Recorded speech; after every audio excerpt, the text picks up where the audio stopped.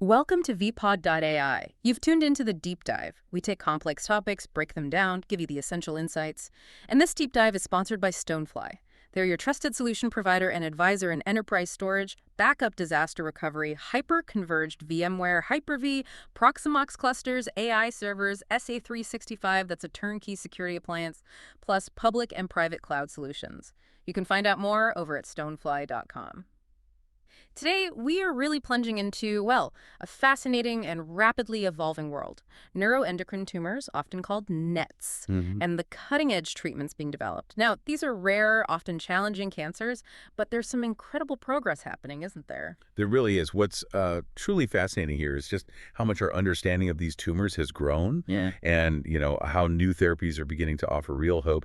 So our mission today basically is to unpack what NETs are, how they behave, and really highlight the most promising breakthroughs in their treatment. Okay, let's unpack this then. What exactly are neuroendocrine tumors, and why do we sometimes still hear that older term, carcinoid? Right. So neuroendocrine tumors, they're a pretty unique type of often slow-growing cancer.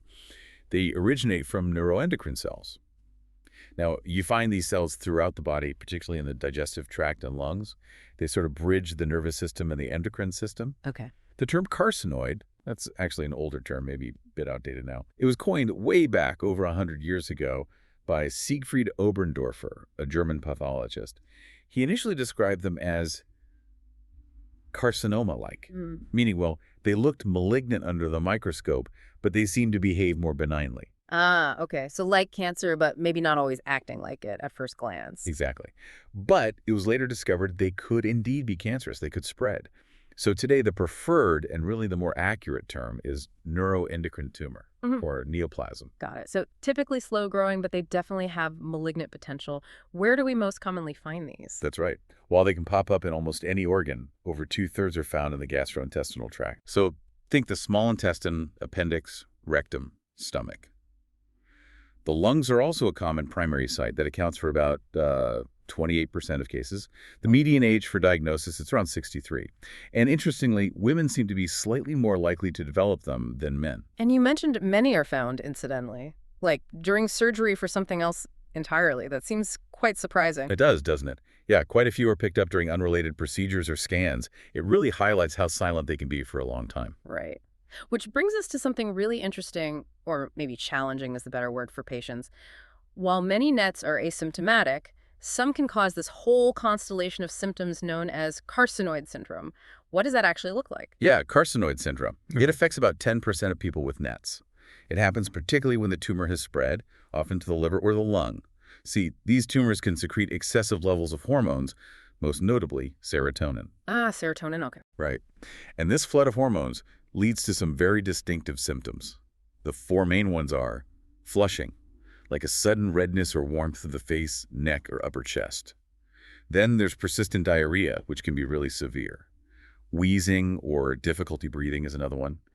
And various heart problems, including leaky heart valves. Wow. Flushing, diarrhea, breathing issues, heart problems. That sounds incredibly debilitating. Just managing that day to day must be tough. It really is. And these symptoms, they aren't always constant. Patients often report that things like physical exertion or even certain foods and drinks can trigger them. Like what kind of foods? Things like blue cheese, chocolate, red wine are commonly mentioned culprits. Interesting. And this syndrome, it can lead to more serious complications down the line. Carcinoid heart disease is a big one. That's where the excess hormones actually cause thickening and damage to the heart valves and vessels. It can potentially lead to heart failure, sometimes even requiring valve replacement surgery. Yeah, it's estimated that somewhere between, say, 25% and maybe up to 65% of patients with a syndrome will eventually develop carcinoid heart disease. Yeah. It's a significant risk. So given all that, what does this mean for actually diagnosing NETs? And what are the initial treatment approaches? Well, diagnosis often starts with recognizing those symptoms we just talked about, if they're present.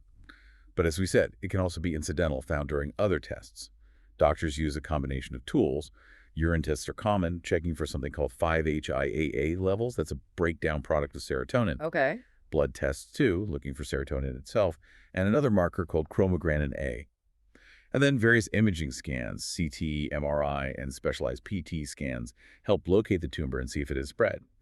But, the crucial step is often a biopsy, taking a small tissue sample that confirms the diagnosis and helps figure out the tumor's aggressiveness. It's great. Yeah, an initial treatment. Usually involves surgery, if possible. If the tumor is localized and can be completely removed, surgery can actually be curative. That's great news when it happens. Absolutely. Yeah. And even for more advanced or metastatic disease, surgery to remove large portions of the tumor that's called debulking can still be really helpful.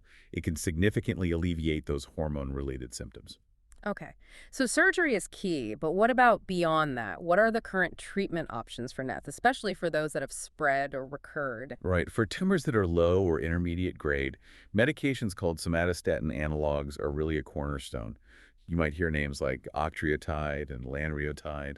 These are injections. They work by mimicking a natural hormone to help control the tumor's hormone secretion, which helps with carcinoid syndrome symptoms. And importantly, they can also slow down tumor growth. So they tackle symptoms and the tumor itself. Exactly. Another targeted therapy is Everolimus. It's what's called an mTOR inhibitor. It basically interferes with a pathway that cancer cells use to grow and multiply. It's used when the disease progresses. However, one thing to note is that traditional chemotherapy, the kind used for many other cancers, often has limited benefit for NETs, especially for the high-grade ones, which tend to have a poorer prognosis. So that raises a really important question. What happens when these standard treatments aren't enough? Or for those more aggressive forms?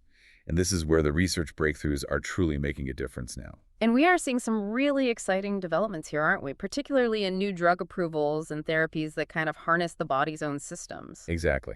Let's talk about some of those promising new avenues. It's a rapidly changing landscape. Okay, first up, CR T-cell therapy. That's a big buzzword in cancer treatment generally. How is it being applied to NETs? Yeah, this is really cutting edge. There's a significant development with an FDA Fast Track designation granted to effector T-cell therapy.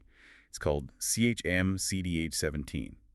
It's specifically for gastroenteropancreatic neuroendocrine tumors, or GEP NETs, so the ones in the digestive system and pancreas. And fast track means it gets reviewed faster. Precisely. It helps speed up the whole development and review process, aiming to get promising drugs to patients sooner.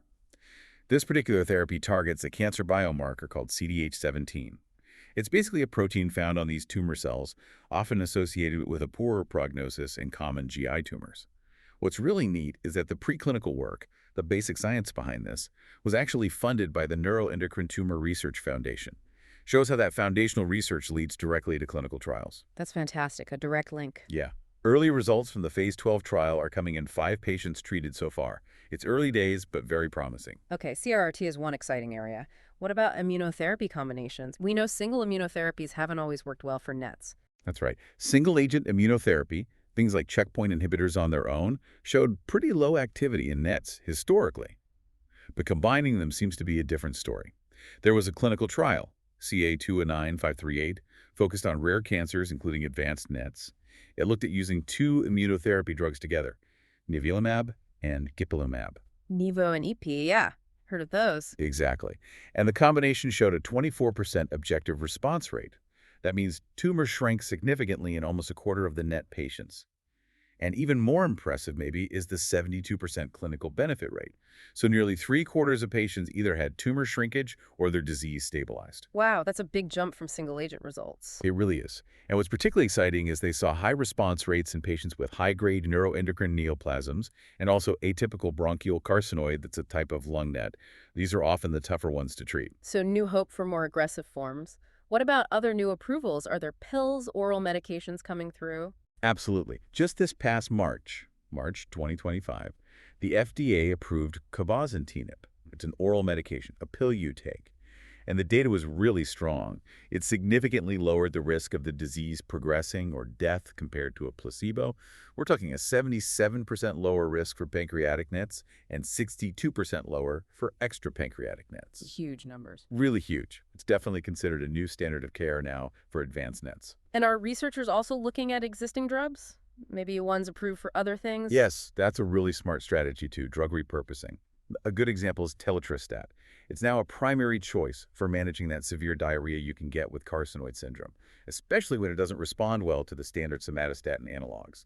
It offers real relief. That makes a huge difference in quality of life, I imagine. Oh, absolutely. Managing symptoms is critical. You also mentioned earlier how these tumors build blood vessels. Are there therapies targeting that specifically? Yes, that's another key area. We now understand that neuroendocrine tumors are highly vascular. They rely heavily on forming new blood vessels, a process called angiogenesis, to grow and spread. Like cutting off their supply lines. Exactly. So therapies that inhibit angiogenesis are showing great potential. Sunitinib was actually approved back in 2011 for pancreatic NETs based on this principle. But the research continues. There are ongoing studies for other drugs like aflibercept, ramucirumab, and pazopanib. They all target this blood vessel formation process in different ways, offering new strategies to essentially starve the tumors. It makes sense. And finally, are researchers looking at combining these different approaches, hitting the cancer from multiple angles? That's really where the field is heading. Combination strategies. Investigators are actively looking at how to combine existing therapies, like somatostatin analogs or Everolimus, with these newer agents, like angiogenesis inhibitors or even immunotherapies. For instance, combining Everolimus with bevacizumab, that's another angiogenesis inhibitor, has already shown improved progression-free survival and response rates for advanced pancreatic NETs in trials. So mixing and matching for better effect. Right. It's about finding the smartest combinations to maximize the attack on the cancer while managing side effects. It's becoming much more personalized. It really sounds like a huge amount of dedicated research and, importantly, collaboration is genuinely transforming the outlook for patients with neuroendocrine tumors. The pace of these developments is quite inspiring.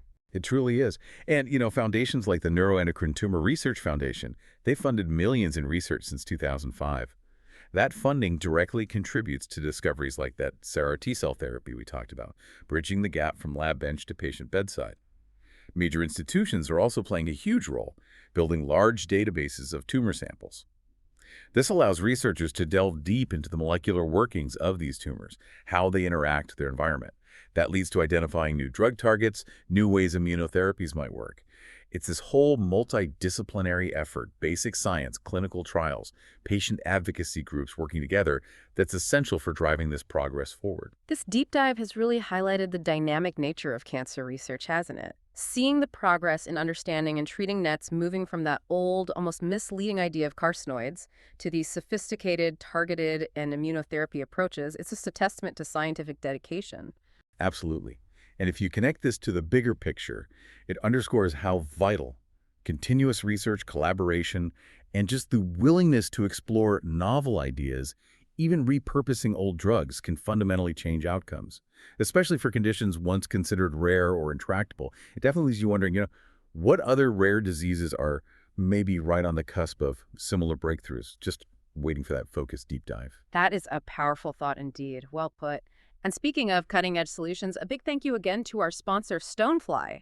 Make sure you check out their 100 TB immutable and air-gapped SSO NAS. It's available for just $8,995. That's 100 terabytes of immutable and air-gapped storage, really designed for enhanced data security. You can find all the details at stonefly.com. Join us next time for another deep dive into a topic that will leave you well-informed and perhaps just a little surprised.